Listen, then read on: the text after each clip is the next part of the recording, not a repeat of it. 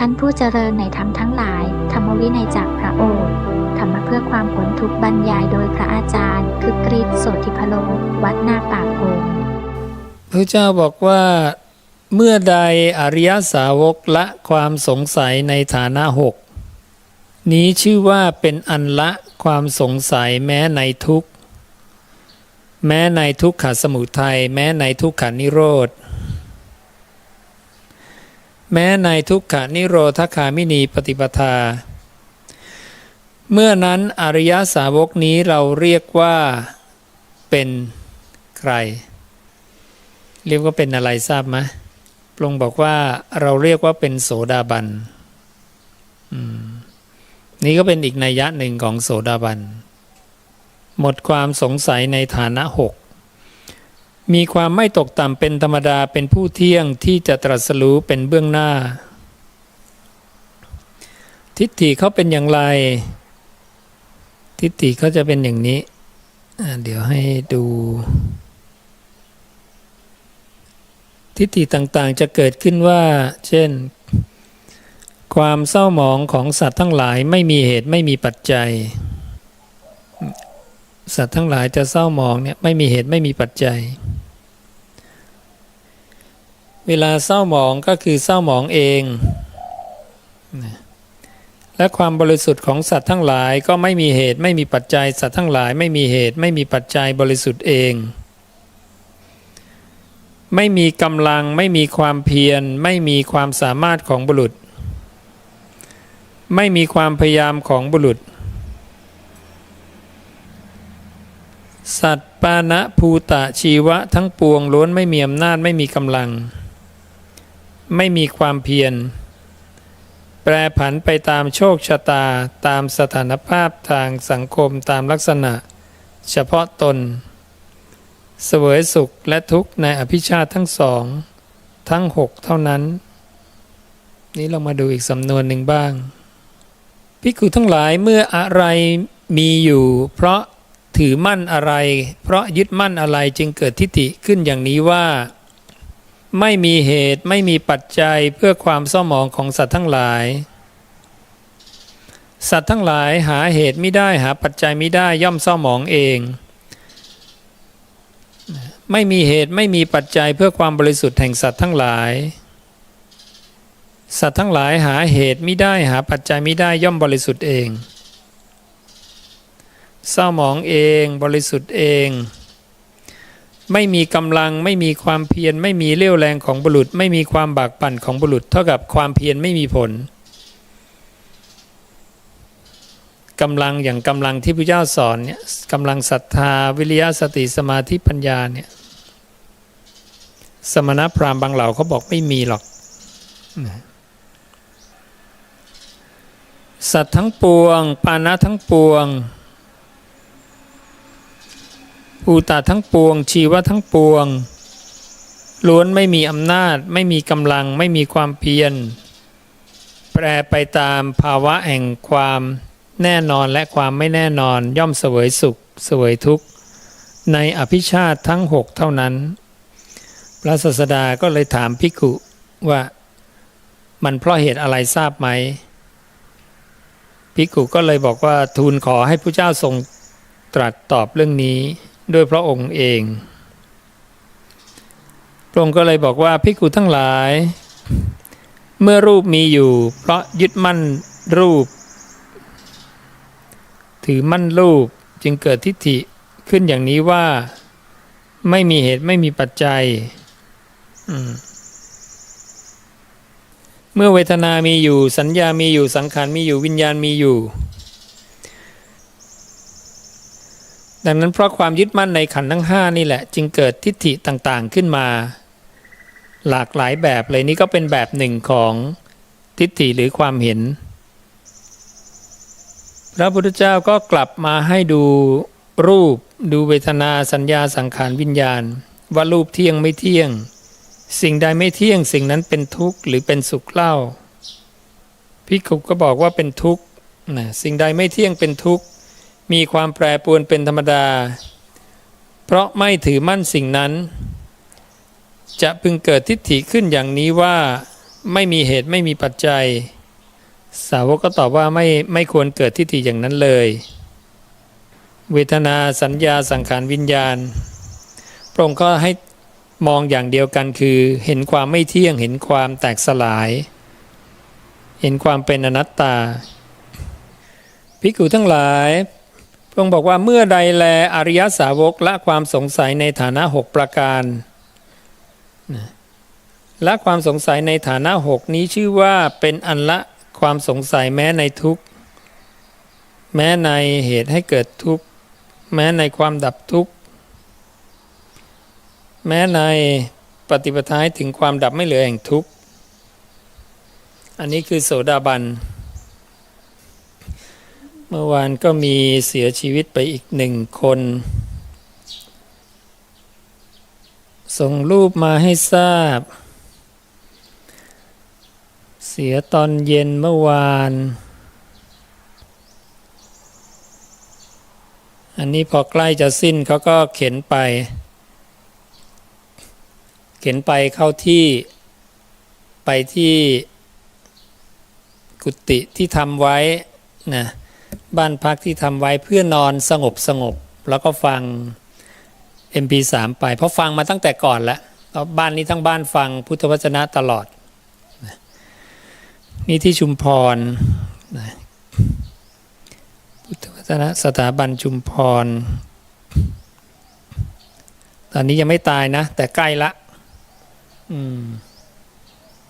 นี่ถือว่ารู้ตัวก่อนเลยนั้นเนี่ยนะรู้ตัวก่อนแป๊บเดียวแต่อายุมากแล้วไง90 กว่าจะหรือ100ก็ไม่รู้เนี่ยก็เลยเขียนขอบพระคุณมาว่าโยมขอโอกาสขอบพระคุณพระอาจารย์เป็นอย่างสูงที่เป็นผู้นำคำตถาคตมาเปิดเผยให้มหาชนและโยมพร้อมทั้งครอบครัวช่วยชูหนูได้สดับและนำมาปฏิบัติตามวิธีการตอบแทนบุญคุณมารดาบิดาอย่างสูงสุดนะอย่างถูกต้องวันนี้เวลา 17:30 นะคุณแม่ล้วนได้กระทำกาละขณะนี้พวกเราได้เปิดปฏิจจสมุปบาทให้แม่ได้ฟังต่อไปตามที่แม่ได้ขอไว้เพราะเคยได้ยินพระอาจารย์ได้แสดงธรรมไว้โยมขออนุญาตส่งคลิปมาให้พระอาจารย์ได้พิจารณานะนี่ก็พาไปก็อันนี้ก็ต่อนะอันนี้ก็พาเข้าที่ห้องพักทีแรกก็นึกว่าเสียแล้วนะแต่พอตอนจะเข้าห้องนี่เขายังยกมือได้แสดงว่าใกล้แล้วก็รู้ตัวเองว่าจะสิ้นชีวิต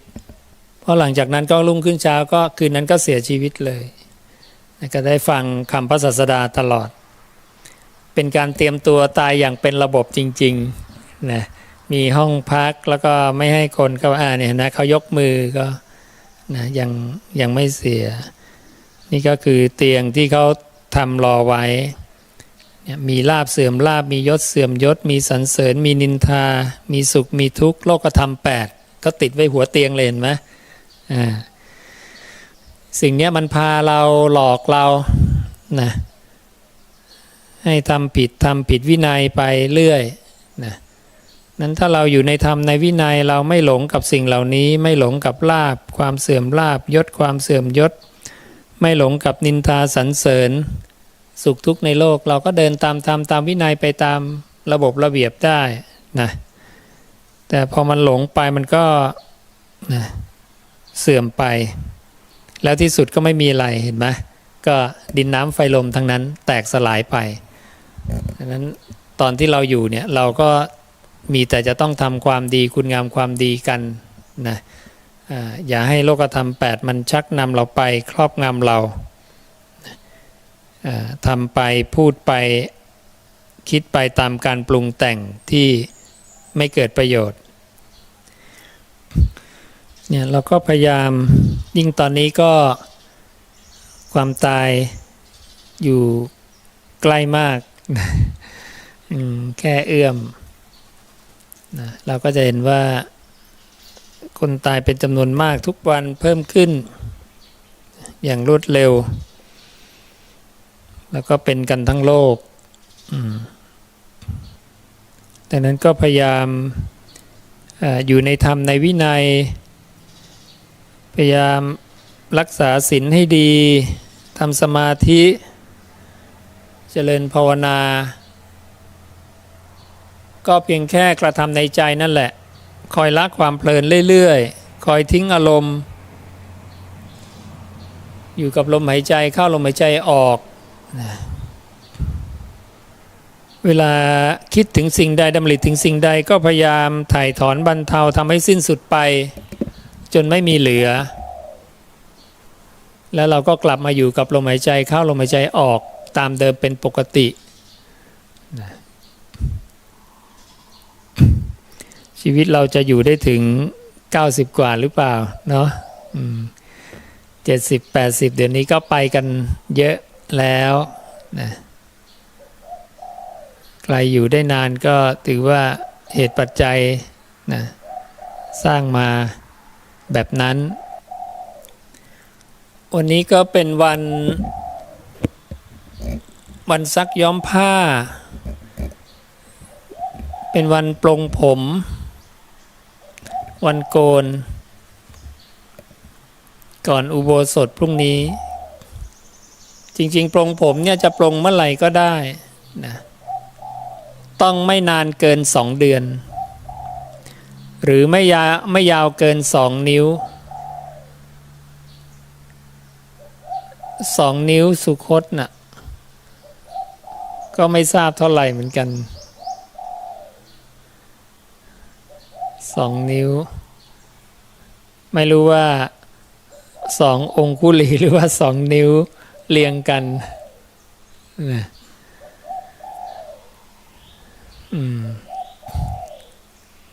อันนี้ก็ยังหาหลักฐานเรื่องนิ้วสุคตยังไม่ได้นะคืบสุคตนิ้วสุคตเนี่ยแต่ก็จะมีคนกะมีเกณฑ์มีตามที่ประเมินกันคาดกันว่าอย่างนี้นะแต่ด้วยพระองค์ของพระศาสดาเนี่ยก็จะรูปร่างใหญ่กว่าคนปกติมากพอสมควรก็อาจจะคิดว่าประเมินกันว่าเหมือนฝรั่งสูงใหญ่ๆสักคนหนึ่งเนี่ยแต่รูปร่างสมส่วนนะลักษณะมหาบุรุษเนี่ยนะซึ่งพระพุทธเจ้าบอกว่าไม่ให้นุ่งห่มจีวรที่ใหญ่เกินจีวรสุคตจีวรซึ่งนั่นแสดงว่าพระเจ้ามองแล้วว่าไม่มีใครตัวใหญ่กว่าท่านแล้วนะยาว9 คืบกว้าง6 คืบด้วยคืบสุคตแต่โดยปกติเราก็ใช้วันก่อนลงอุโบสถเนี่ยเป็นวันที่เราปลงผมกันก็จะได้เป็นข้อวัดเป็นวงรอบแต่ใครจะหลังจากนั้นก่อนนั้นก็ได้ไม่จำกัดแต่ห้ามเกิน2 เดือน2 เดือนนี้ก็ยาวแล้วนะน้ำมังคุดเห็นส่งกันมาเยอะแยะพอก่อนก็ได้นะ เดี๋ยวไม่มีที่เก็บแล้วมันต้องใช้สดนะไม่ใช่ใช้แห้งถ้าแห้งแข็งเอามาใช้ไม่ได้มันก็เหมือนเป็นเปลือกไม้อะมันไม่มียางแล้วก็คงต้องใช้เยอะใช้มากเหมือนมันก็จะไปเหมือนกับการเก็บแก่นขนุนนั่นแหละ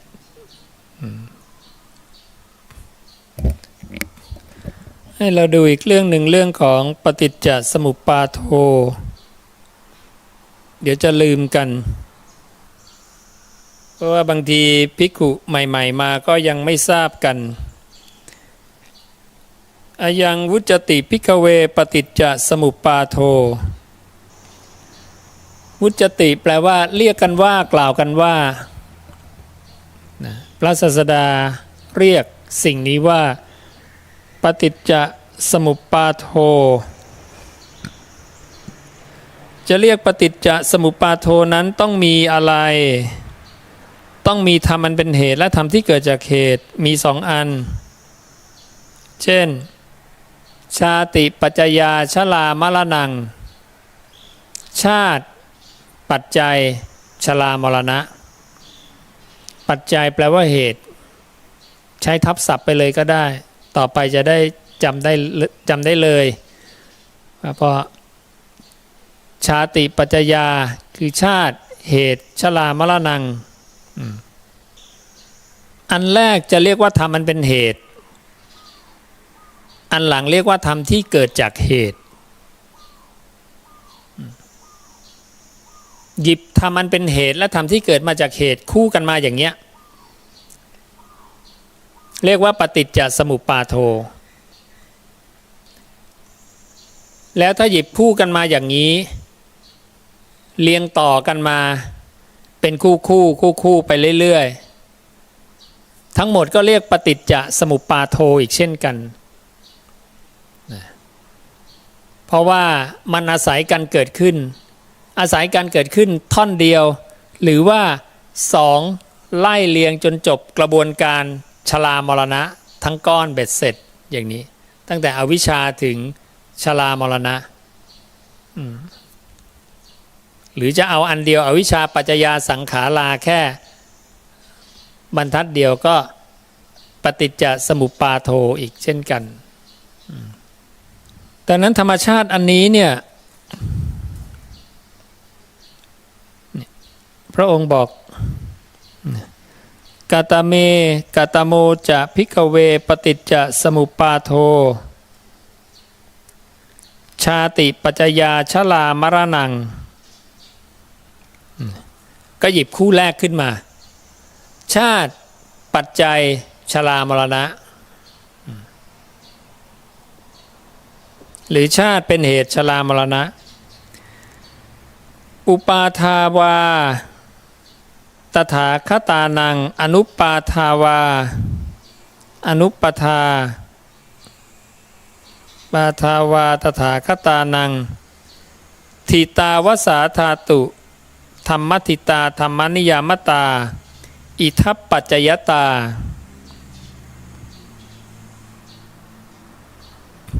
หมายความว่าตถาคตจะเกิดขึ้นเดี๋ยวให้ดูคำแปล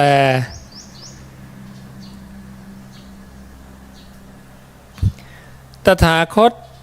เกิดขึ้นก็ตามอุปาทาคืออุปาโทนั่นน่ะอันเดียวกันตถาคตานัง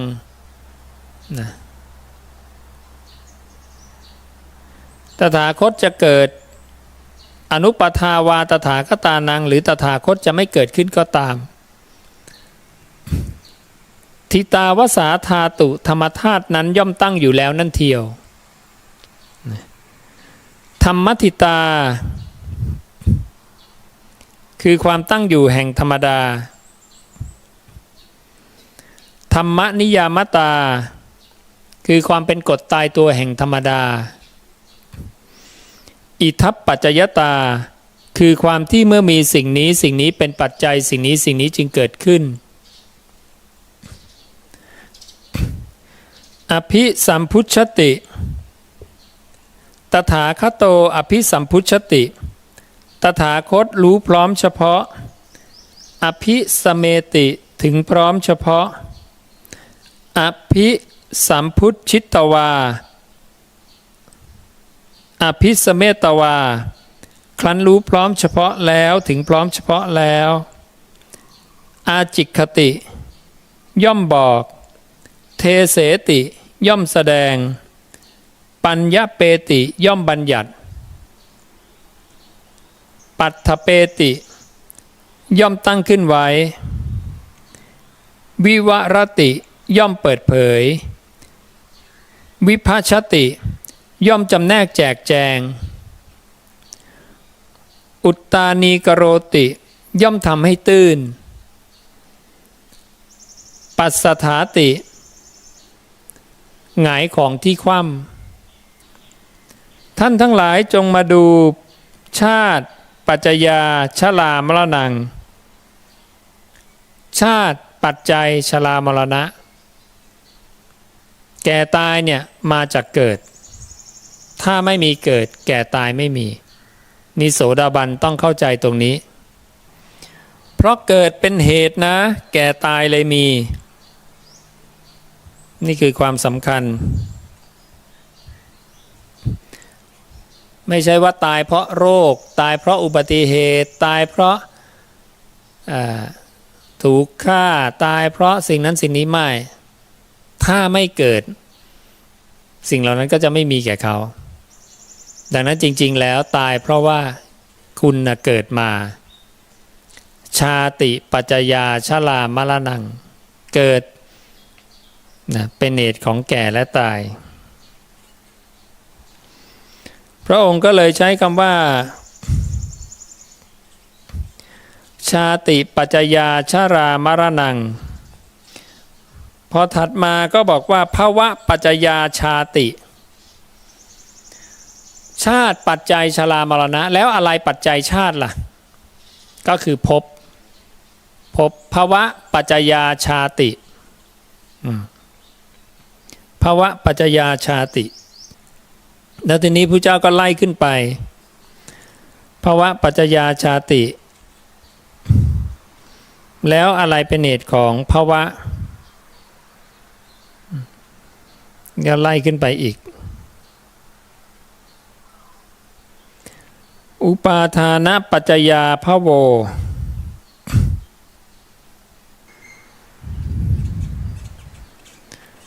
ถอยขึ้นไปตัณหาปัจจยาอุปาทานังแล้วอะไรเป็นเหตุให้เกิดตัณหาพระองค์บอกว่าเวทนาปัจจยาตัณหาแล้วอะไรให้เกิดเวทนาพระองค์ตรัสว่าผัสสะปัจจยาเวทนาแล้วอะไรให้เกิดผัสสะพระองค์บอกว่าสลายตนะปัจจยาผัสโสอะไรให้เกิดสลายตนะก็คือนามรูปปัจจยาสลายตนังแล้วอะไรให้เกิดนามรูปพระองค์ตรัสว่าวิญญาณปัจจยานามรูปังแล้วอะไรเป็นเหตุให้เกิดวิญญาณขึ้นมาอีกพระองค์บอกว่าสังขารปัจจยาวิญญาณังและอะไรเป็นเหตุให้เกิดสังขารพระองค์บอกว่าอวิชชาปัจจยาสังขารา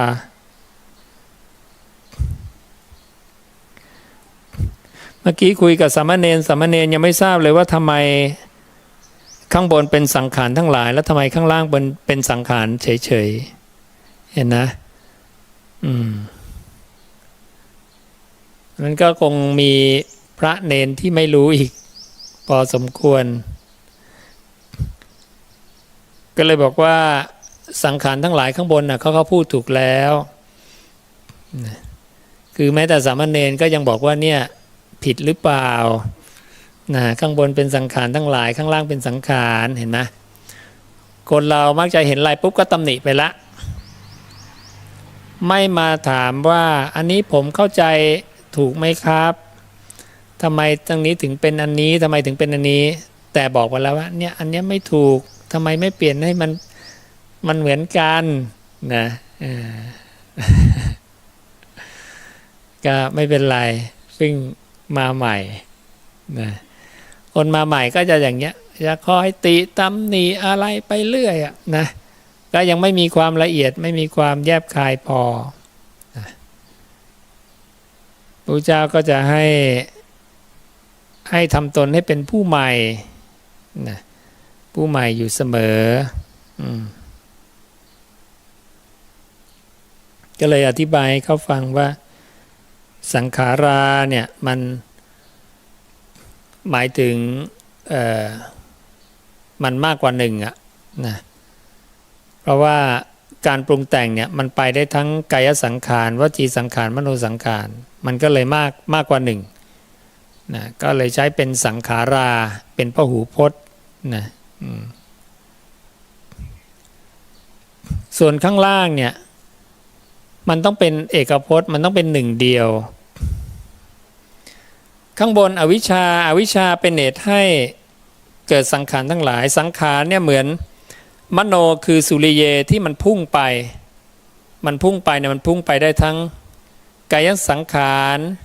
วจีสังขารมโนสังขารมากกว่า หนึ่งไหมล่ะมากกว่าหนึ่งนะแต่นั้นมันพุ่งไปหาฉากเนี่ยมันไปได้ทั้งกายสังขารก็ได้หนึ่งละวจีสังขารก็ได้คือปรุงแล้วอยากจะพูดนะหรือปรุงเฉยๆไม่ได้อยากทำไม่ได้อยากพูดแต่ก็คิดไปก็เป็นจิตตสังขารหรือมโนสังขารอันนี้ใช้สองแบบอยู่ที่จะมองแค่เมล็ดพืชหรือมองต้นที่แตกออกมาจากเมล็ดพืชแล้วก็อธิบายให้เขาเห็นว่า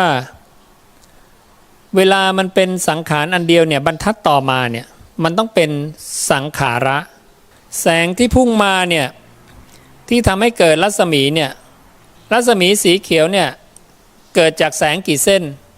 ก็แสงอันเดียวทำให้เกิดรัศมีอันเดียวถูกต้องไหมอันนี้สมมุติเป็นฝาเรือนพระเจ้าบอกสุริเยแสงแห่งดวงอาทิตย์ส่องมาทางช่องหน้าต่างมาที่ฝาเรือนดังนั้นรัศมีที่ฝาเรือนก็มาจากลำแสงอันเดียวสุริเยเดียวที่ผ่านเข้ามาทางนี้ถูกต้องไหมแล้วถ้าฝาเรือนไม่มีมันไปปรากฏที่ดินตัวดินก็แสงอันเดียวจากที่สุริเยอันนี้ไปดังนั้นแสงอันเดียวไปปรากฏทั้งฉากที่พิติฝาเรือนที่ดินทั้งสองอันพร้อมกันได้ไหมไม่ได้ไงก็ต้อง1 ต่อ 1 1 ต่อ 1ลำแสงพุ่งไปเกิดรัศมีสีเขียวไม่ต่างจากน้ำที่พุ่งไปชนฉากปั้งน้ำก็กระจายไปทั่วทั้งกำแพงที่มันขวางมันถูกต้องไหมสุรฉีดน้ำใส่กำแพงปั้งเข้าไปนะน้ำก็แผ่ไปตามผนังกำแพงถูกต้องไหมน้ำที่แผ่อยู่ตรงผนังกำแพงกับลำน้ำเนี่ยน้ำเหมือนอันเดียวกันไหมมาจากอันเดียวกันไหมมาจากอันเดียวกันน้ำที่แผ่ไปตามกำแพงมันก็คือน้ำที่เดิมเคยเป็นลำแสงลำน้ำนี่มาถูกต้องไหมแล้วก็มันก็ชนแล้วก็แผ่ออกไปใช่ไหมแต่แผ่ออกไปทุกด้านใช่ไหมเนี่ยแหละความเป็นเนื้อเดียวกันความเป็นเนื้อเดียวกันตรงนี้พระเจ้าเรียกมโนแล้วตรงเนี้ยเรียกวิญญาณถ้าเรียกควบกันก็คือมโนแล้วก็วิญญาณ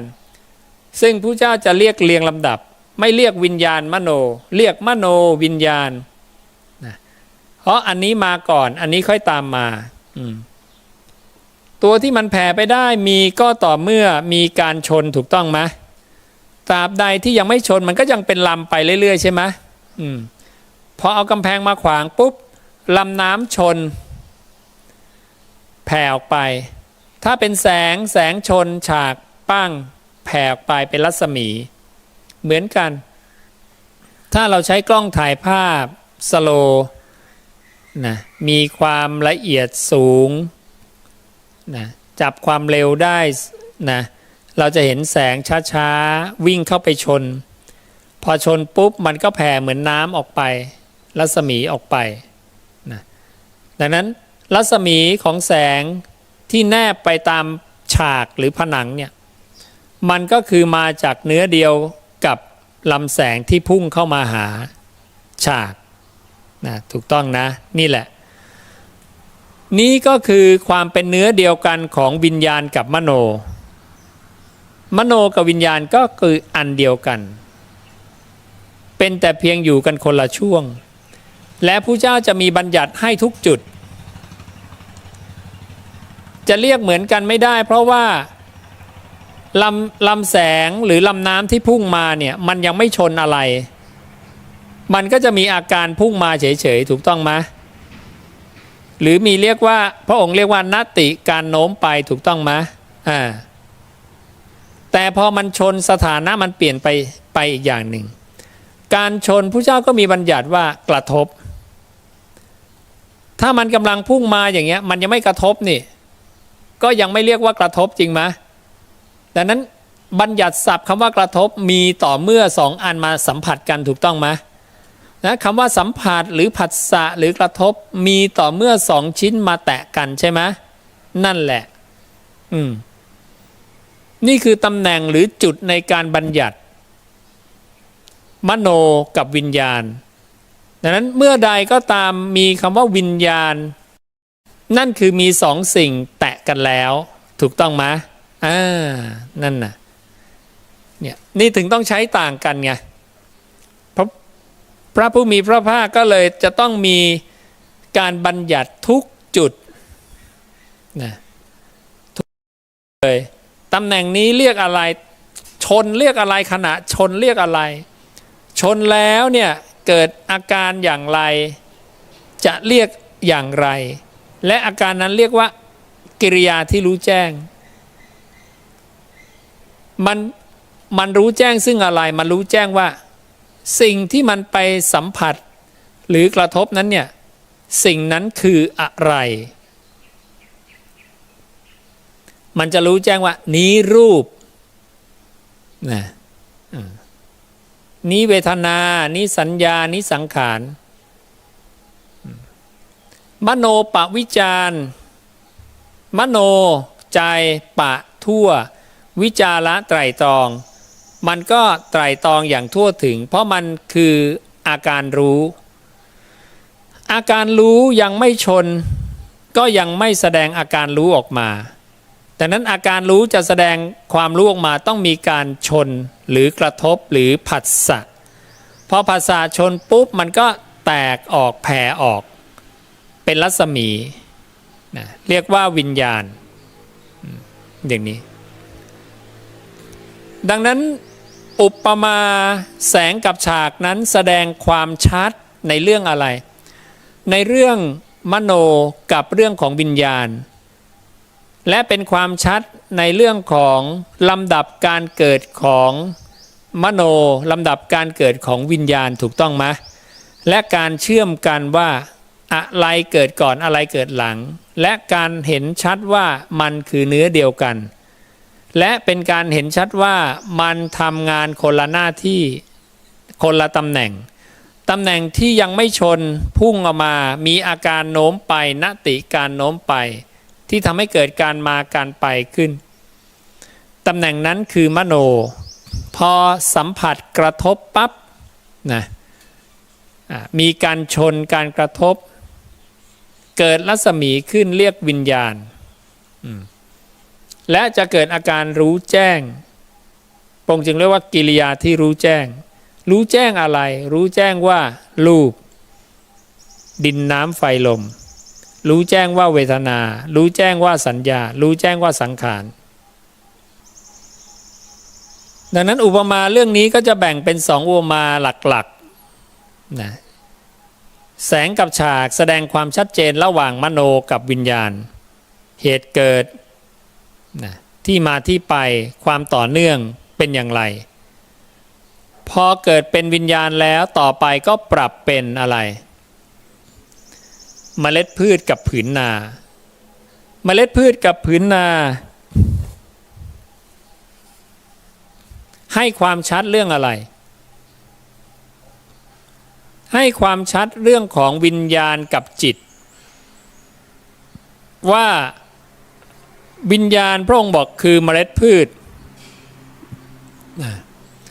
ให้ความชัดเรื่องนี้และจิตก็คือต้นพืชที่เติบโตออกมาจากเมล็ดพืชต้นพืชที่โตออกจากเมล็ดพืชมันก็คือสิ่งเดียวกันไหมสิ่งเดียวกันเพียงแต่คนละรูปแบบคนละช่วงเวลานะตอนนี้เป็นเมล็ดพืชถ้าดินไม่ดีเมล็ดพืชไม่งอกเมล็ดพืชตายไม่งอกจิตไม่เกิดดังนั้นจิตเกิดก็เกิดจากเมล็ดพืชนั่นเองต้นพืชเกิดก็เกิดจากเมล็ดพืชจิตเกิดก็เกิดจากวิญญาณนั่นเอง ระองค์จึงบอกว่าปฐมังจิตตังอุปนังปฐมังวิญญาณังปาตุภูตังแรกที่จิตเกิดก็คือแรกที่วิญญาณปรากฏเราคิดดูว่าช่วงเวลามันสั้นมากเลยช่วงเวลาของการเปลี่ยนแปลงของจิตมโนวิญญาณจากฝาเรือนนะแล้วฝาเรือนไม่มีมาสู่ดินนะมาสู่ดินจากฝาเรือนมาสู่ดินการเปลี่ยนแปลงของรัศมีสีเขียวที่ดับไปแล้วสีเขียวเกิดขึ้นใหม่สีเขียวดับไปสีเขียวเกิดขึ้นใหม่สีเขียวดับไปสีเขียวเกิดขึ้นใหม่เร็วมากไหมเร็วใช้ความเร็วของแสงที่เดินทางแสงเดินทาง 186,000 ไมล์ต่อวินาทีแต่นี่ระยะกี่เมตรกันนะนิดเดียวระยะถึงพื้นดินนิดเดียวเห็นนะมันใช้เป็นเวลาเสี้ยวของวินาทีนะนั่นคือพระองค์นำมาใช้กับการเปลี่ยนของจิตว่าเปลี่ยนแปลงได้รวดเร็วนะละหุปริวัตตังเปลี่ยนเร็วมากจิตเปลี่ยนแปลงรวดเร็วเท่าใดนั้นแม้จะอุปมาก็กระทำได้มิใช่ง่าย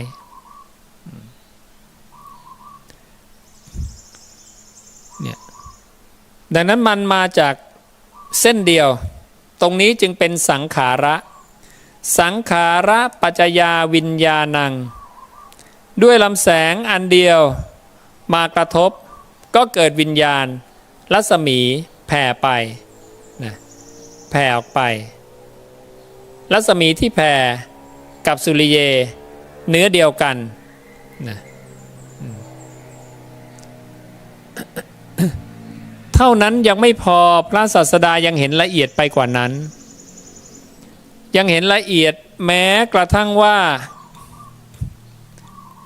สุริเยแสงแห่งดวงอาทิตย์สุริเยส่องมาชนกระทบนะแล้วก็รัศมีแผ่ไปใช่ไหมก่อนรัศมีจะแผ่ไปพระผู้มีพระภาคเห็นความหนาเราเห็นรัศมีเป็นแผ่นบางๆแปะอยู่กับฝาเรือนเนี่ยแต่พระเจ้าเห็นถึงความหนาของมันมีตั้ง4 ระดับว่าขณะที่ก่อนรัศมีจะปรากฏขึ้นให้เราเห็นเนี่ยในขณะที่วิญญาณกระทบเนี่ยวิญญาณจะมีอุปาโทคือเกิดและวิญญาณจะถิติตั้งขึ้นแล้ววิญญาณจะอภินิพพติสำเร็จนะ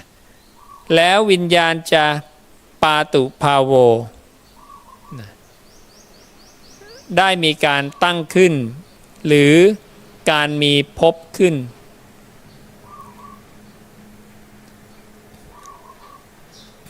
ดังนั้นเวลาเราโรยเมล็ดพืชไปกับผืนนาเนี่ยเราเหวี่ยงเมล็ดพืชไปปุ๊บเห็นไหมมันจะมีจังหวะหนึ่งที่กว่าจะได้การตั้งนิ่งๆนะการที่มันได้ที่ตั้งปั๊บเนี่ยปาตุภาโวจากนั้นเนี่ยองค์ประกอบครบใช่ไหมมีดินและมีน้ำลดใช่ไหมหรือน้ำลดไปแล้วมีดินกับมียางในพืชใช่ไหมต่อไปมันจะโตขึ้นถูกต้องไหมต่อไปมันก็เริ่มมีพัฒนาดังนั้นเมล็ดพืช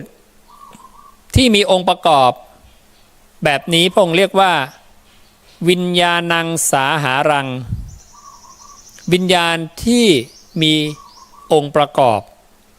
คือดินปฐวีและอาโปคือน้ำวิญญาณนี้ก็จะเจริญเติบโตงอกงามไพบูรณ์ถ้าเป็นผืนนาพระองค์ก็บอกว่าเป็นเมล็ดพืชที่มีองค์ประกอบคือมีดินและมียางในพืช เวลาเราลดน้ำใส่เมล็ดพืชอมน้ำแล้วก็จะเกิดยางถูกต้องไหมเวลาเราเอาไปหว่านไปวางในผืนนามันก็ปาตุภาโวตั้งขึ้นละได้ที่ตั้งเป็นภพละแล้วแต่เรายังไม่รู้หรอกยังไม่รู้ณวินาทีนั้นว่าเมล็ดพืชไหนเป็นหรือตายใช่ไหมบางต้นอาจจะไม่ขึ้นก็ได้ใช่ไหมบางต้นอาจจะขึ้นก็ได้ใช่ไหมนั่นน่ะดังนั้นต้นที่ขึ้นก็แสดงว่ามันเป็นใช่ไหมมันเป็นต้นที่ขึ้นถ้าเราไปมองใกล้ๆจะรู้สึกยังไงเราจะเห็นเปลือกมันแตกออกใช่ไหมแล้วต้นพืชข้างในก็แทงขึ้นมาใช่ไหมนั่นน่ะนั่นก็คือความเป็นนะและการที่เมล็ดพืชที่เปรียบเหมือนวิญญาณพระองค์ตรัสว่าเมล็ดพืชคือวิญญาณนั้นแตกออกมาเพราะการถูกดันจากภายในถูกต้องไหมตัวเมล็ดพืชนั้นที่แตกออกก็เรียกว่าปาตุภูตังปาตุภูตังแปลว่าอะไรได้เป็นเรามองเมล็ดพืชที่แตกแล้วมีต้นเราบอกเมล็ดพืชอันนี้เป็นไม่ตายถูกต้องไหมนี่คือการได้ความเป็นปาตุภูตังหมายถึงมันเป็นละแต่ตอนมันปาตุภาโวเนี่ยมันได้ที่ตั้งเนี่ยได้พบเนี่ยได้ที่ตั้งเรายังไม่รู้ว่ามันเป็นหรือมันตายนะใช่ไหมเพราะมันยังไม่ปาตุภูตังคือยังไม่แตกออกมาให้เราเห็นว่ามีต้นข้างในต้นอ่อนข้างในเนี่ยเติบโตขึ้นต้นอ่อนข้างในที่เติบโตขึ้นก็เรียกว่าปฐมังจิตตังอุปปันนังดังนั้นต้นอ่อนที่โตขึ้นเนี่ยครั้งแรกที่มันโตขึ้นมันก็โตขึ้นจากในเมล็ดถูกต้องไหมโดยที่เปลือกยังไม่แตกออกใช่ไหมมันก็พัฒนาตรงนี้นะพอมันได้ความเป็นได้ที่ของมันก็เริ่มเติบโตใช่ไหมเรียกว่าเจริญงอกงามไพบูรณ์ขึ้นมาเจริญงอกงามไพบูรณ์ขึ้นมาเปลือกที่มันหุ้มไว้ก็ต้องแตกออกเหมือนกับไข่ไก่พอลูกไก่เป็นตัวในฟองไข่มีความพร้อมพระศาสดาบอกลูกไก่ก็จะใช้จะงอยเล็บหรือจะงอยปากเจาะกระเปาะฟองไข่ออกมาโดยสวัสดิภาพดังนั้นต้นข้างในที่มันเป็นแล้วมันก็พยายามเจาะเปลือกของเมล็ดพืชออกมาเปลือกเมล็ดพืชก็แตกออกถูกต้องไหมตรงเนี้ยปาตุภูตังเราก็สังเกตเห็นว่ามันเป็นละมันไม่ตายแต่ถ้าผ่านไปเป็นอาทิตย์เป็นเดือนแล้วไม่โตขึ้นมาสักทีก็ตายละต้นนี้ตายไม่เป็นการที่งอกขึ้นมาก็เรียกว่าชาตัสสะได้เกิดขณะที่มันเป็นเรียกว่าภูตัสสะได้เป็นหรือเรียกว่าภูตสัตว์ก็ได้สัตว์ผู้ได้ความเป็นดังนั้นคำว่าภูตสัตว์จึงใช้เรียกกับสัตว์ที่ได้ผืนนาแล้วเมล็ดพืชได้ผืนนาได้พบแล้วสัตว์ที่ได้พบแล้วจึงเรียกว่าเป็นภูตสัตว์แต่สัตว์ที่ยังไม่ได้พบเรียกว่าสัมภเวสีสัตว์จะเป็นช่วงจังหวะที่แคบมากนิดเดียวที่ยังไม่ได้พบกำลังแสวงหาซึ่งพบกำลังโน้มเข้ามาพอได้ที่ตั้งปั้งมีพบเกิดขึ้นละในที่ตั้งได้ที่ตั้งปุ๊บองค์ประกอบครบเริ่มพัฒนาความเป็นขึ้นพัฒนาความเป็นข้างในเมล็ดเริ่มเป็นพระองค์จึงเรียกว่าปฐมังจิต ตังอุปนังปัทมังวิญญาณังปาตุภูตังแรกที่จิตเกิดก็คือแรกที่วิญญาณปรากฏดังนั้นจิตเกิดวิญญาณปรากฏวิญญาณปรากฏอะไรปรากฏความเป็นใช้ปาตุภูตังวิญญาณมีตั้งแต่แรกแล้วตั้งแต่อุปาโทคือเกิดทีติตั้งขึ้นอภินิพพติสำเร็จแล้วปาตุภาโวได้ที่ตั้งขึ้นได้ที่ตั้งจากนั้นจิตเกิดแล้ววิญญาณถึงปาตุภูตังอีก1 ครั้งดังนั้นคำตรงนี้จึงใช้คล้ายๆกันนิดหนึ่งใช้ปาตุภาโวกับปาตุภูตังลำดับดีๆนะสุริเยส่องมา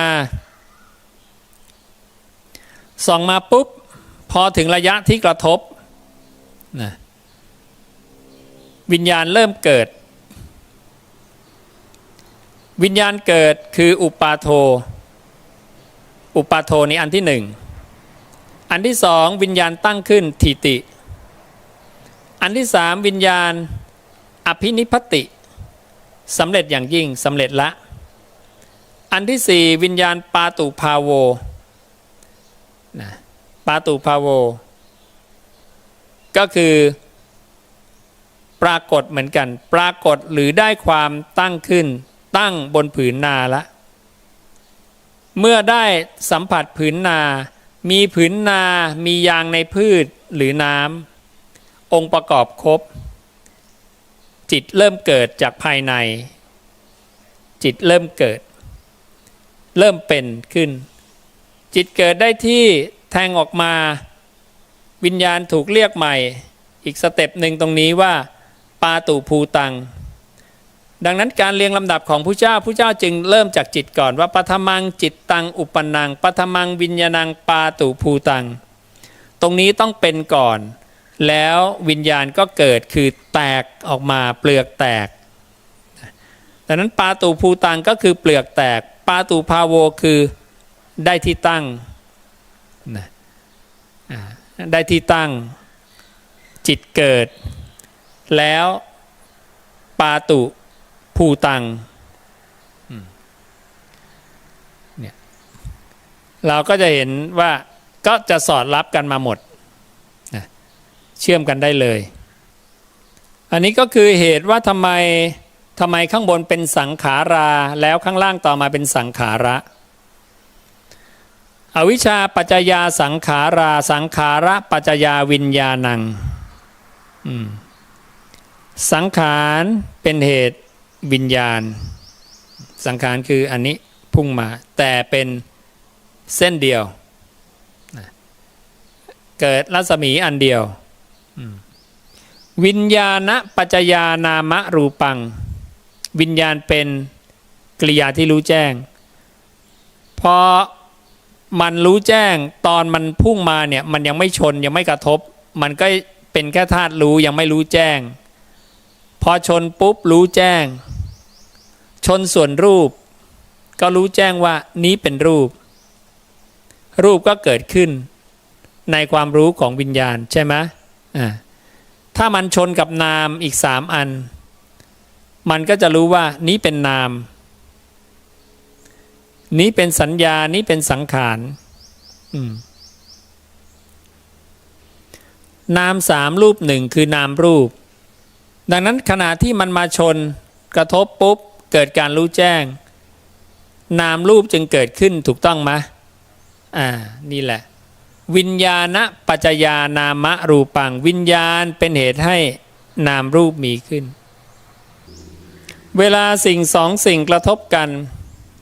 และสิ่ง2 สิ่งเนี่ยสิ่งนี้ก็เกิดดับสิ่งนี้ก็เกิดดับดังนั้นเวลามันมากระทบกันมันจะเป็นของถาวรต่อไปเป็นไปได้ไหมไม่ได้ จะถาวรยังไงถ้าตัวนี้ดับตัวนี้จะดับได้ไหมดับถ้าตัวนี้ดับตัวนี้ก็ตั้งอยู่ไม่ได้ถูกต้องไหมแสงที่ส่องมาถ้ากระดาษไม่มีสีเขียวก็ไม่มีใช่ไหมกระดาษมีกระทบอยู่สักพักหนึ่งแล้วแสงไม่มีสีเขียวก็หายไปถูกต้องไหมนั่นแหละดังนั้นสีเขียวมีต้องมีสองธาตุเสมอและสองธาตุต้องกระทบกันด้วยใช่ไหมสองธาตุต้องกระทบกันเห็นไหมเงื่อนไขนี่คือเหตุปัจจัยการมีขึ้นของวิญญาณการมีขึ้นของวิญญาณแบบนี้จึงเรียกว่าปฏิจจสมุปบาทโทธรรมที่เกิดจากเหตุหรือจะเรียกว่าเป็นถ้าหยิบมาตัวเดียววิญญาณมาตัวเดียวก็เรียกว่าวิญญาณเป็นปฏิจจสมุปปนาธรรมมาเป็นธรรมที่มี7เงื่อนไข7เงื่อนไขตามนี้พระพุทธเจ้าบอกว่ามันเป็นอะไรอนิจจัง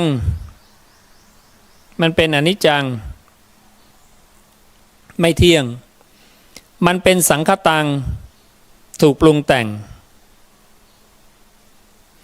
มันเป็นปฏิจจสมุปปนังอาศัยการเกิดขึ้นมันเป็นขยธรรมังเป็นธรรมที่มีความสิ้นไปเป็นวยธรรมังเป็นธรรมที่มีความเสื่อมไปเป็นวิราคะธรรมังเป็นธรรมที่มีความจางคลายไป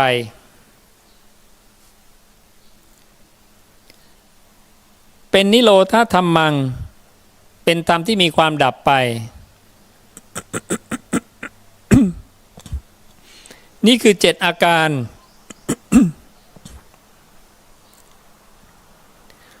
7อาการของธรรมชาติที่เรียกว่าเป็นปฏิจจสมุปปนาธรรมาเหตุเกิดธรรมปฏิจจะคือเหตุสมุปปันคือเกิดแปลว่าเกิดธรรมาก็คือธรรมปฏิจจสมุปปนาธรรมาเหตุเกิดธรรมหรือธรรมที่มีเหตุเกิดอย่าลืมมันมี7อาการดังนั้นตัวปฏิจจสมุปบาทโทเนี่ยถ้าดึงมาตัวเดียวมันจะถูกเรียกว่าปฏิจจสมุปปนาธรรมาหยิบชาติมาตัวเดียวก็ได้หยิบพระโวมาตัวเดียวก็ได้หยิบอุปทานมาตัวเดียวหยิบตัณหามาตัวเดียวหยิบเวทนาหยิบผัสสะหยิบสลายตนังหยิบนามรูปังหยิบวิญญาณหยิบสังขาราหยิบอวิชชานี่แหละเป็นอย่างนี้นะอันนี้เราก็มาทบทวนเรื่องของปฏิจจสมุปบาทโทและปฏิจจสมุปปนาธรรมากันเราก็ลองไปอ่านทบทวนอันนี้จะอยู่ในฉบับสยามรัฐเล่มที่16หน้าที่31ข้อที่61 62 63ปฏิจจสมุปบาทโทเขาก็มี3อาการเป็นตัทตาเป็นเช่นนั้นเองเป็นอวิตัทตาไม่ผิดไปจากความเป็นอย่างนั้นเป็นอนัญญตตาไม่เป็นไปโดยประการอื่นเป็นอิทัปปัจจยตาเมื่อมีสิ่งนี้เป็นปัจจัยสิ่งนี้จึงเกิดขึ้นวันนี้ฝากข้อธรรมไว้เพียงเท่านี้ก่อนให้เราลองไปทบทวนแล้วก็เป็นผู้อยู่ด้วยธรรมธรรมวิหารีไม่มีอะไรสำคัญไปกว่าการแก่เจ็บตายให้เราระลึกถึงมรณสติเรื่อยๆเรื่องอื่นที่มีความทุกข์มีความเดือดร้อนใจมีความฟุ้งซ่านคิดปรุงไปมันก็จะหมดราคาไปคิดไปปรุงแต่งไปทำนั่นทำนี่เดี๋ยวเย็นนี้ตาย พรุ่งนี้ตายหมดราคาหมดเลย สิ่งที่ทำไปถ้าเป็นกุศลมันก็ยังประโยชน์ให้กับมหาชนนะดังนั้นเราก็พยายามทำสิ่งที่เป็นกุศลเป็นประโยชน์ต่อมหาชนเพราะเมื่อเราตายไปมันก็เป็นประโยชน์ต่อโลกเหมือนพระเจ้าปรินิพพานแล้วพระองค์ก็ทิ้งพระธรรมคำสอนไว้ให้เป็นประโยชน์ไหมเป็นประโยชน์มา 2,000 กว่าปีรุ่นเราตายไปหนังสือยังอยู่นี่แหละหนังสือนี้ก็จะเป็นอะไรนะเป็นมูลรากที่จะใช้สืบทอดต่อกันไปเป็นพุทธวจนะที่คนรุ่นหลังๆก็มาเสพคบสืบต่อกันไปถูกต้องไหมนั่นแหละเราก็ทิ้งประโยชน์ไว้อย่างนี้แหละนะส่วนสัตว์เราใดจะเสพคบได้มากแค่ไหนก็ตามกำลังอินทรีย์อีกใช่ไหมท่านี้ในยุคก่อนบางทีมีการทำจากพระโอษฐ์ไว้แต่พอถ้ามีการเขียนหรือเกิดแบบอาจารย์อยากขยันเขียนขึ้นมาปุ๊บเนี่ยพวกเราก็จะอยากรู้แล้วอาจารย์เขียนอะไรก็จะเข้ามานั่งอ่านใช่ไหมอาจารย์เขียนอะไรไว้น้อนะอะไรเป็นอะไรก็จะไม่เกิดประโยชน์เพราะพวกเราจะเสียเวลากับงานแต่งใหม่ของอาจารย์ถูกต้องไหม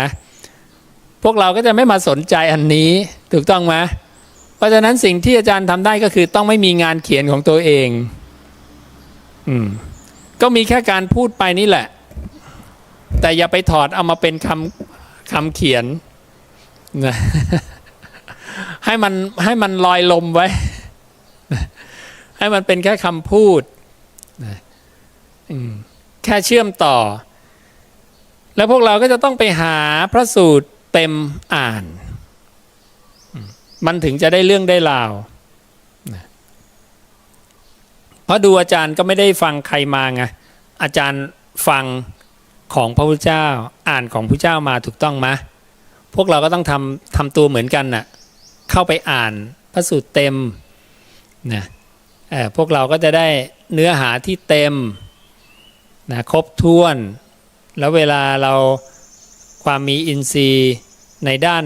ไหนที่พวกเรามีอยู่ก็จะทำให้พวกเราเนี่ยนะเกิดความเข้าใจเชื่อมโยงเห็นภาพได้ชัดขึ้นอะไรอย่างนี้นะถ้ายังไม่ชัดเราก็มาเพิ่มเติมโดยฟังของอาจารย์ที่เชื่อมไว้ให้แล้วเราอ่าน10พระสูตรเราเชื่อมได้1 2 3 4มาฟังอาจารย์ต่ออาจารย์เชื่อมเอา1ไป9 9ไป8 8ไป5 4 3อะไรนี้เราก็เห็นภาพได้สมบูรณ์ขึ้นนะเราก็จะมีความเข้าใจในเนื้อธรรมที่ละเอียดปราณีตลึกขึ้นอันนี้คือประโยชน์ที่เราทำทิ้งไว้ที่เราควรจะทำทิ้งไว้ด้วยและทุกๆคนก็ควรจะทำในสิ่งที่เป็นประโยชน์อย่างเนี้ยนะที่มันฟังแล้วรู้แล้วมันควรฝังไว้ในใจอย่างพระเจ้าบอกพระสารีบุตรว่าเป็นคำพูดที่ควรฝังไว้ในใจตามกาลอันควรอะไรอย่างเงี้ยนะที่พระเจ้าที่พระสารีบุตรสรรเสริญพระพุทธเจ้านะทุกๆเช้าที่เปิดพระสูตรให้ฟังนะคำพูดอะไรที่เราพูดไป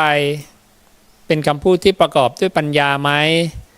การกระทำต่างๆเนี่ยให้มันประกอบด้วยปัญญานะคนเขาฟังตามเห็นตามแล้วเขาอันนี้ใช้เป็นแนวทางได้เป็นสิ่งที่ดีทำตามเห็นดีเห็นงามอย่างเงี้ยนะนั่นก็คือธรรมวินัยที่พระเจ้าทรงบัญญัติไว้แล้วนั่นแหละก็จะได้ไม่เกิดความเศร้าหมองจะมีแต่ความฟูใจนะจะมีแต่ความนะเข้าใจในเนื้อธรรมนะจะเกิดความไม่ประมาทนะ จะเป็นไปเพื่อสติสัมปชัญญะนะอยากที่จะขวนขวายประพฤติปฏิบัติธรรมนะนี่แหละอันนี้ก็เป็นสิ่งที่ถ้าเราทำทิ้งไว้ก่อนตายก่อนสิ้นชีวิต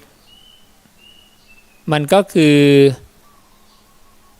ความมีคุณค่าของการที่เราเกิดมานะไม่งั้นเราก็เกิดมาไม่ค่อยมีคุณค่าอะไรทำงานไปวันๆก็หมดไปแค่นั้นเองนะประโยชน์ทางโลกมันก็ไม่มีอะไรไง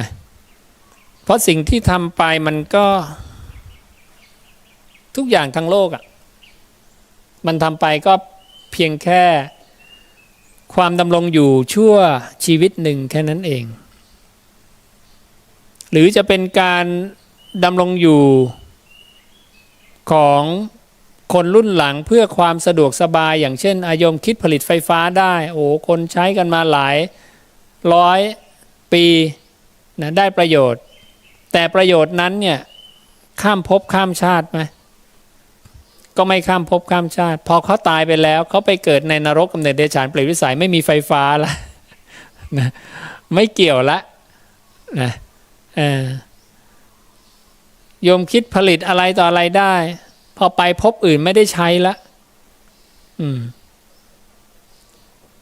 ภูมิปัญญาตรงนั้นไม่ได้นำไปช่วยในนรกได้เลยนำไปใช้ในสวรรค์ก็ยังไม่ได้นะมันก็จบอยู่แค่เนี้ยนั่นน่ะชื่อว่าประโยชน์มันน้อยไงแล้วตัวเราเองก็เอาไปใช้ไม่ได้อีกนะจะเอาไปใช้ในทุกขติก็ไม่ได้นะบุญกุศลเท่านั้นแหละที่จะพอจะให้เราเนี่ยพ้นขึ้นมาได้อย่างพระเจ้าบอกว่าทิฏฐิสัมปันนบุคคลก็เอาตัวรอดพ้นจากนรกขึ้นมาได้หรือเราโยมไปเกิดเป็นเทวดาในภพของเทวดาระลึกถึงบทแห่งธรรมได้เห็นนะก็บรรลุธรรมแต่ถ้าโยมระลึกถึงโอ้เราเคยผลิตไฟฟ้าได้สมัยเป็นมนุษย์เป็นคนแรกที่คิดขึ้นช่วยอะไรได้ช่วยไม่ได้เลยไม่ได้ทำให้เป็นโสดาบันขึ้นมาได้เราเป็นคนรวยที่สุดในโลกมนุษย์เลยนะก็ยังช่วยเราบรรลุธรรมไม่ได้นะเราเป็นคนที่เล่นกีฬาเก่งที่สุดนะก็ยังช่วยเราพ้นทุกขติไม่ได้เราเป็นผู้ที่มีปุพเพนิวาสานุสติญาณจตุปปาตญาณก็เอาไปช่วยในนรกไม่ได้นะรู้อดีตรู้อนาคตนะก็ยังต้องแก่เจ็บตายพระพุทธเจ้าจึงบอกมันเป็นศาสตร์ของปุถุชนเห็นนะนี่ท่านจะแยกไว้ศาสตร์ต่างๆที่เราเรียนมาทั้งหมดตั้งแต่เด็กนี่เป็นศาสตร์ของปุถุชนต้องแยกพระพุทธเจ้าแยกอย่างนี้แยกศาสตร์ของปุถุชนกับแยกศาสตร์อันเป็นอริยะและศาสตร์อันเป็นอริยะคืออะไรก็เนี่ยอริยสัจสี่นี่แหละปฏิจจสมุปบาทโทปฏิจจสมุปปนาธัมมาเนี่ยรู้อันเนี้ยเอาไปใช้พบหน้าก็ยังได้แม้จะมีสติหลงลืมทำกาละก็ยังได้ไปเกิดเป็นเทพนิกายหมู่ใดหมู่หนึ่งบทแห่งธรรมทั้งหลายย่อมปรากฏแก่เธอผู้มีความสุขในภพนั้นสติบังเกิดขึ้นช้าแต่การบรรลุธรรมย่อมมาเกิดขึ้นได้ในเร็วพลันเห็นนะเราก็ไปบรรลุธรรมภพหน้าได้มีประโยชน์จะตายนะอันนี้คือประโยชน์ของสุตตะซึ่งเป็นอาวุธติดตัวสัตตานังไปยาวเลยระลึกได้แล้วเป็นประโยชน์ตัวเองระลึกไม่ได้ไปได้ยินภิกขุแสดงธรรมให้ระลึกได้อีกบรรลุธรรมได้อีกไม่เจอภิกขุแสดงธรรมเทพบริษัทแสดงธรรมด้วยกันเองบรรลุธรรมได้อีกเนี่ยหรือมีเทพบริษัทผู้เกิดก่อนมาเตือน เราเป็นเทพบริษัทผู้เกิดทีหลังก็บรรลุธรรมได้อีกเพราะระลึกได้อนุสตานุตตริยะเห็นไหมอนุตตริยะ6ประการเห็นสิ่งที่ประเสริฐฟังสิ่งที่ประเสริฐได้ศรัทธาที่ประเสริฐนะได้ลาภานุตตริยะคือการได้ศรัทธาในพุทธวจนะนะคำของตถาคตตถาคตภาสิตาแล้วได้การศึกษาที่ประเสริฐสิกขานุตตริยะพอได้การศึกษาที่ประเสริฐเราก็มีการบำรุงที่ประเสริฐปาลิจาริยานุตตริยะเสร็จแล้วก็เป็นการระลึกถึงปาลิจาริยานุตตริยะระลึกถึงสิกขานุตตริยะระลึกถึงลาภานุตตริยะนะระลึกถึงสวนานุตตริยะทัศนานุตตริยะทั้งทุกอายตนะระลึกถึงเมื่อไหร่ก็ประเสริฐหมดเลยระลึกถึงสุตตะบรรลุธรรมเห็นนะดังนั้นอะไรไม่เป็นประโยชน์ไม่มีเลยเกี่ยวกับธรรมะนี่ใช่ไหมพระศาสดาจึงบอกสิ่งที่หลุดออกจากปากพระองค์ทั้งหมดเนี่ยเป็นประโยชน์ต่อนิพพานหมดเลยพระองค์จึงไม่ใช้เวลาไปแบบฟุ่มเฟือยเลยการจะพูดต้องเป็นธรรมเป็นวินัยทั้งหมดการจะใช้เวลาสละเวลาเพื่อเกี่ยวข้องกับใครพระพุทธเจ้าคำนวณหมดนะพิจารณาหมดดังนั้นแม้แต่การขึ้นไปสู่ภพของพรหมของเทวดาไม่ว่าจะเป็นที่ไหนมีการพิจารณาใคร่ควรก่อนดังนั้นเวลาไปพบกับพรหมเนี่ยพรหมก็จะสรรเสริญแล้วก็ชื่นชมในลักษณะว่าพระผู้มีพระภาคเนี่ยทรงสละเวลามาเพื่อการนี้นะซึ่งไม่ใช่ง่ายเพราะเวลาของพระเจ้ามีจำกัดมากนะที่จะต้องบัญญัติทุกอย่างเพราะพระองค์ต้องทราบแล้วพระองค์อยู่ได้แค่นี้45ปี80ท่านต้องปรินิพพานท่านทราบอยู่แล้วนะตั้งแต่ราตรีตรัสรู้นะท่านรู้ราตรีปรินิพพานแล้วยิ่งท่านมีจุตูปปาตญาณเนี่ยท่านก็สามารถรู้ได้ว่าอายุไขท่านเท่าไหร่นะแต่ท่านจะมีญาณที่เพิ่มเติมคือพบต่อไปท่านไม่มีแล้วคือชาตินี้เป็นชาติสุดท้ายนะแต่นั้นเวลาที่ท่านมีอยู่ท่านก็จะต้องบัญญัติธรรมและวินัยให้ครบให้บริบูรณ์บริสุทธิ์บริบูรณ์ดีแล้วสิ้นเชิงที่จะต้องไม่ขาดตกไม่บกพร่องนะไม่ยิ่งไม่หย่อนไม่เกินไม่ขาดพอดีเป๊ะนะเกวละปริปุณังปริสุทธังนะทั้งอัฏฐะทั้งพยัญชนะทั้งหมดทั้งมวลบริบูรณ์บริสุทธิ์เป็นพรหมจรรย์ที่ถูกประกาศแล้วโดยตถาคตอรหันตสัมมาสัมพุทธะแล้วเราก็นำพรหมจรรย์ที่พระองค์ประกาศแล้วเนี่ยมาประกาศต่อบอกต่อแค่นั้นเองเอามาปฏิบัติเอามาประพฤติธรรมสมควรแก่ธรรมแล้วเราก็ได้ผลจากการประพฤติปฏิบัติไปถ้าเรามีเหตุปัจจัยพอเราก็ทำนะแทนที่สมมุติอาตมาไม่ทำเลยหนังสือนะ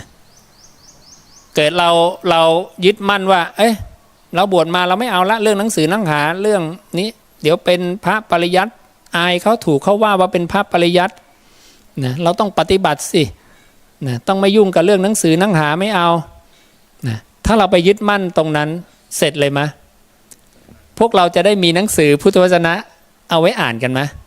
ไม่มีวันนี้ก็จะไม่มีหนังสือถูกต้องมะถ้าเราไปยึดอย่างนั้นเราก็ไม่ได้ประโยชน์ตรงนี้ขึ้นมานะ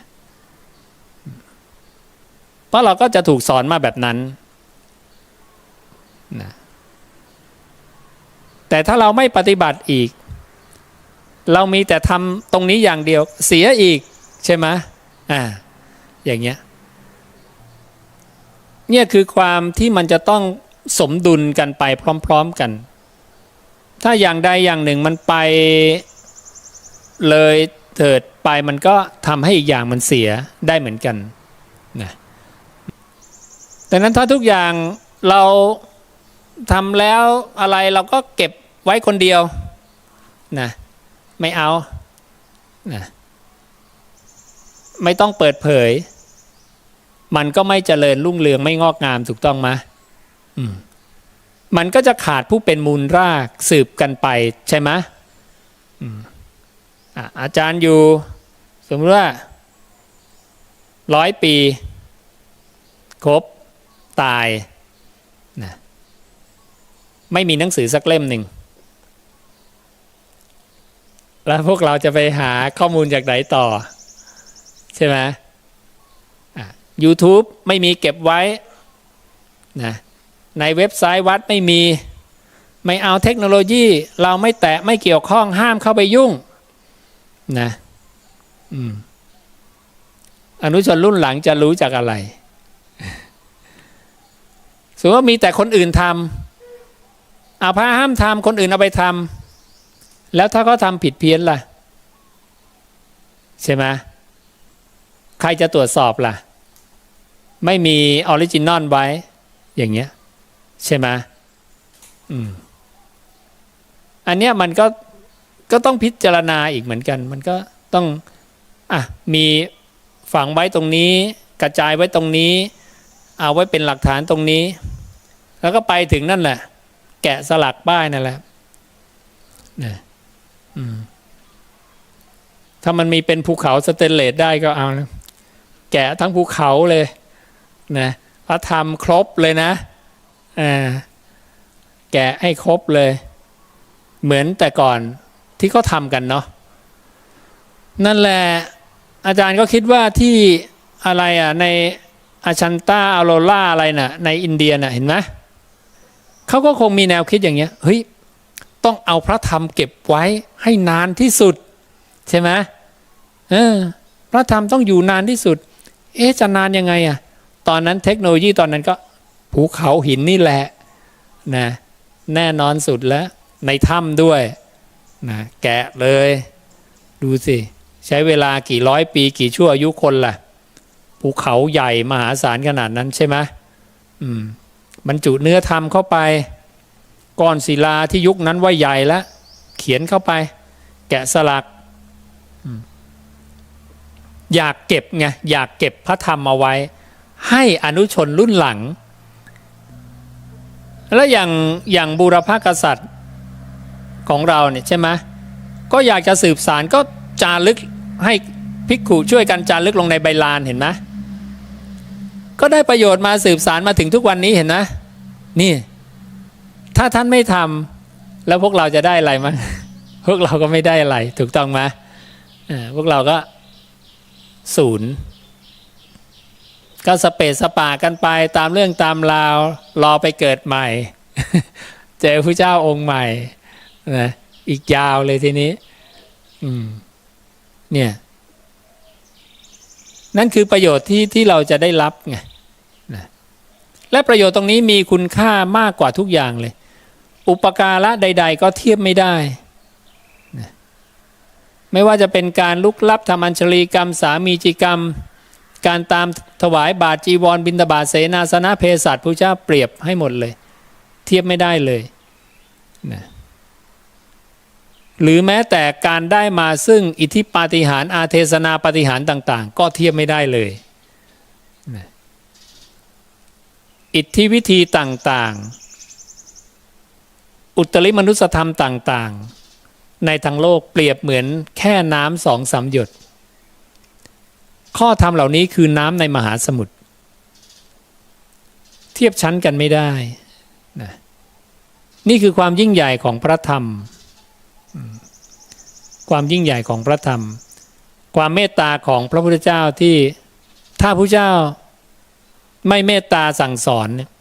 เราก็ไม่ได้อะไรเนาะถ้าท่านตัดสินใจเป็นพระปัจเจกหรือตอนที่พรหมมาอาราธนาไม่เอาละตถาคตขวนขวายน้อยดีกว่าเสร็จเลย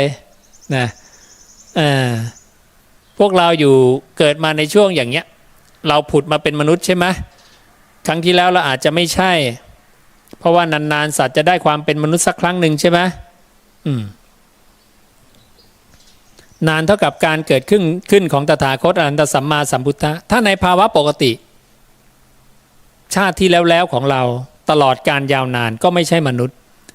และครั้งนี้มาได้เป็นมนุษย์และเกิดพระเจ้าขวนขวายน้อยไม่แสดงธรรมเสร็จเลยเราก็ต้องรอไปทุกขติอีกยาวนานแล้วค่อยไปเจอพระเจ้าองค์หน้าเนี่ยดังนั้นเราก็ต้องมองเห็นประโยชน์ของการที่ว่าเราได้มีสัตธรรมของพระองค์เนี่ยอยู่บนโลกจะเป็นในรูปแบบใดก็ตามเราก็พยายามเราก็เริ่มเห็นแล้วว่ารูปแบบของการมีพระธรรมมีอะไรบ้างในกระดาษในใบลานก้อนศิลาทำเป็นเสาหินในถ้ำนะเป็นหนังสือนะมายุคนี้ก็เป็นพัฒนามาเป็นซีดีนะเก็บในฮาร์ดดิสก์นะในแอปพลิเคชันในเว็บไซต์ในเซิร์ฟเวอร์ในอะไรต่างๆก็จิปาถะสารพัดน่ะบรรจุเข้าไปกระจายไปวันดีคืนดีกว่านี้ขึ้นมาได้พระธรรมขึ้นมานะแล้วก็ศึกษาไปอย่างพอเรามีบาลีสยามรัฐขึ้นมาเนี่ยฉบับสยามรัฐมันก็เป็นภาษาแบบคาราโอเกะเป็นภาษาพระพุทธเจ้าที่พระเจ้าทรงตรัสทรงพูดใช่ไหมทำให้เราเห็นว่าทั่วโลกมันตรงกันเนี่ยทั่วโลกตรงกันหมดเลยโอ้นี่คำพระพุทธเจ้านี่คือคำที่มีความสำคัญที่ทุกประเทศช่วยกันทรงจำและเหมือนกันตรงกันนะแต่ถ้าคำแต่งใหม่แล้วก็ไม่ตรงกันทั่วโลกไม่ตรงเพราะต่างคนต่างแต่งเอาแค่ในประเทศเราเองก็ไม่เหมือนกันละคอมเมนทารี่ความเห็นนะไม่ตรงกันแต่ถ้าตถาคตภาสิตาตถาคตภาสิตหรือพุทธวจนะพุทธวจนังตรงกันหมดสุขตาวินิโยตรงกันหมดและคำจะเรียงร้อยเชื่อมโยงกันหมดนี่ไงนั้นก็ต้องทำทิ้งไว้แต่สิ่งที่เรา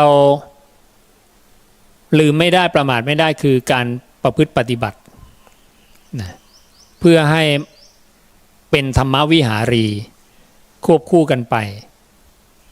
ซึ่งเราจะประมาทไม่ได้ว่าเรามีวิทยุอาจจะไม่มีใครเปิดให้ก็ได้นี่ก็ญาติของภิกขุรูปหนึ่งก็กำลังจะเสียชีวิตก็เตรียมจะส่ง MP3 ไปให้ฟังบอกว่าเป็นไงแล้วคนรอบข้างญาติรอบข้างเขาศรัทธาไหมไม่มั่นใจ ตอบได้ไม่เต็มปากไม่มั่นใจก็ไม่รู้จะเปิดให้หรือเปล่าหรือเปิดแล้วเปิดแป๊บเดียวนะนี่แหละความเสี่ยงเห็นนะถ้าเกิดเราไปนอนตายในที่แวดล้อมด้วยคนไม่มีศรัทธาเนี่ยจบเหมือนกันนะเสร็จเลยดังนั้นประมาทไม่ได้ในที่นี้คือต้องพึ่งตัวเองต้องทรงจำให้ได้ต้องคล่องปากต้องขึ้นใจแทงตลอดอย่างดีด้วยความเห็นและต้องประพฤติธรรมสมควรแก่ธรรมปฏิบัติชอบยิ่งปฏิบัติตามธรรมอยู่อันนี้แหละมันจะได้มั่นใจว่าอย่างน้อยไม่มีใครเปิดให้ก็เพี้ยนแล้ววะนะเอาเลยต้องกัดฟันสู้แล้วก่อนกายแตกทำลายนะก๊อกสุดท้ายจะเปลี่ยนภพเปลี่ยนชาติกันแล้วเนี่ยต้องทุ่มความเพียรสุดกำลัง มันก็จะมานึกถึงตอนอะไรตอนที่โยมเนี่ยนั่งตั้งความเพียรสู้นั่งเดินตลอดทั้งคืนอย่างเงี้ยใช่ไหมอยากจะนอนเหลือเกินไม่เอาสู้ลองหน่อยสิเดินสลับนั่งไปสิ้นยามแรกแห่งราตรีเวลาเราตั้งความเพียรแล้วฮึดสู้ขึ้นมาก็จะมานึกถึงตอนที่ใกล้จะตายแล้วเราฮึดสู้ขึ้นมา เอาซะหน่อยนะมันสุดท้ายแล้วนี่นะจิตขยับไม่ได้ขยับไปพบได้พบปุ๊บทิ้งได้อารมณ์ใหม่ปุ๊บทิ้งตลอดเลยไม่ให้มีนันทิใดๆทั้งสิ้นนะอยู่กับอารมณ์อันเดียวกายคตาสตินะรู้กายเขาไว้อยู่กับกายเขาไว้จิตขยับปุ๊บรู้ตัวกลับมารู้ตัวกลับมารู้ตัวกลับมาทำแค่เนี้ยเวลานั่งสมาธิลองไหมล่ะลองแบบว่าจิตขยับนิดหนึ่งก็ไม่ได้ขยับปุ๊บต้องกลับขยับปุ๊บต้องให้กลับอยู่กับอารมณ์อันเดียวตลอด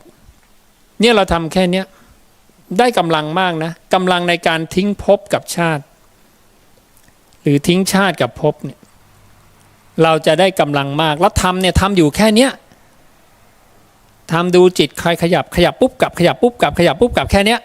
ทำอย่างเงี้ยมันก็จะเป็นอุปนิสัยไปต่อไปเนี่ยภพก็เกิดขึ้นไม่ได้ชาติก็เกิดขึ้นไม่ได้ภพเกิดขึ้นแล้วจะไปชาติไปปุ๊บโดนตัดสองสังโยชน์นี้เป็นสังโยชน์เบื้องสูงอุปติปฏิลาภิการนิสัญโยชนานี้การเกิดที่ได้มาเป็นเครื่องผูกภาวะปฏิลาภิการนิสัญโยชนานี้ภพที่ได้มาเป็นเครื่องผูกเห็นนะสองสังโยชน์นี้เป็นสังโยชน์เบื้องสูงยุบจากห้าข้อของสังโยชน์เบื้องสูงมาเหลือ2ข้อยุบจาก5ข้อคือรูปราคะอรูปราคะมานะอุทธัจจะอวิชชามาเหลือ2อันคืออุปติปฏิลาภิการนิสัญโยชนานี้กับภวะปฏิลาภิการนิสัญโยชนานี้เนี่ยสิ่งเนี้ยไม่ค่อยมีใครทราบถึงบอกพระสูตรหลุดมาพระสูตรเดียวหลุดมาพระสูตรเดียวแล้วต้องเช็คโดยบาลีด้วยเพราะว่าถ้าอ่านแต่ภาษาไทยจะนึกภาพไม่ออกแต่พอเห็นบาลีปุ๊บจะรู้เลยว่าอ๋ออันนี้คือ5เบื้องต่ำสังโยชน์นะปัญจนังโอรัมภาคิยานังสัญโยชนานังปริคยาไปปึ้ม5จบไปพอจบไปปุ๊บสังโยชน์มี10หมดไป5เหลือ5นะนั้นสังโยชน์3ข้อที่พระเจ้าบอกข้อที่1คือ5เบื้องต่ำดังนั้นอีก2ข้อที่เหลือก็ต้องเป็น5เบื้องสูงใช่ไหมเพราะ5มันหมดไปแล้วครึ่งหนึ่งคือข้อที่1ข้อ2ข้อ3ก็ต้องเป็นสังโยชน์เบื้องสูงอีก5ข้อแต่ไม่พูด5ข้อพูด2ข้อก็แสดงว่าทรงยุบจาก5เหลือ2นี่แหละหลักการตรงนี้เราก็ต้องแน่นเราก็จะได้รู้ว่าอ๋อ2สังโยชน์เนี่ยคือ5เบื้องสูงและมันคืออะไรมันคือภพและชาติและภพชาติคืออะไรพอเรารู้เรื่องเมล็ดพืชที่โตขึ้นนะแตกเป็นต้นรู้เรื่องวิญญาณเรื่องจิตเรื่องการผูกติดกับอารมณ์มันก็เอามารวมได้อ๋อมันคืออันเดียวกันและการละนันทิคือการตัดตอนการผูกติดกับอารมณ์ใช่ไหมมันก็เป็นเรื่องเดียวกันหมดเลยอย่างเนี้ยเราก็จะเห็นว่าการละนันทิเนี่ยมันเป็นการทำลายสังโยชน์เบื้องสูงโดยตรงเลยจริงไหมนี่แหละ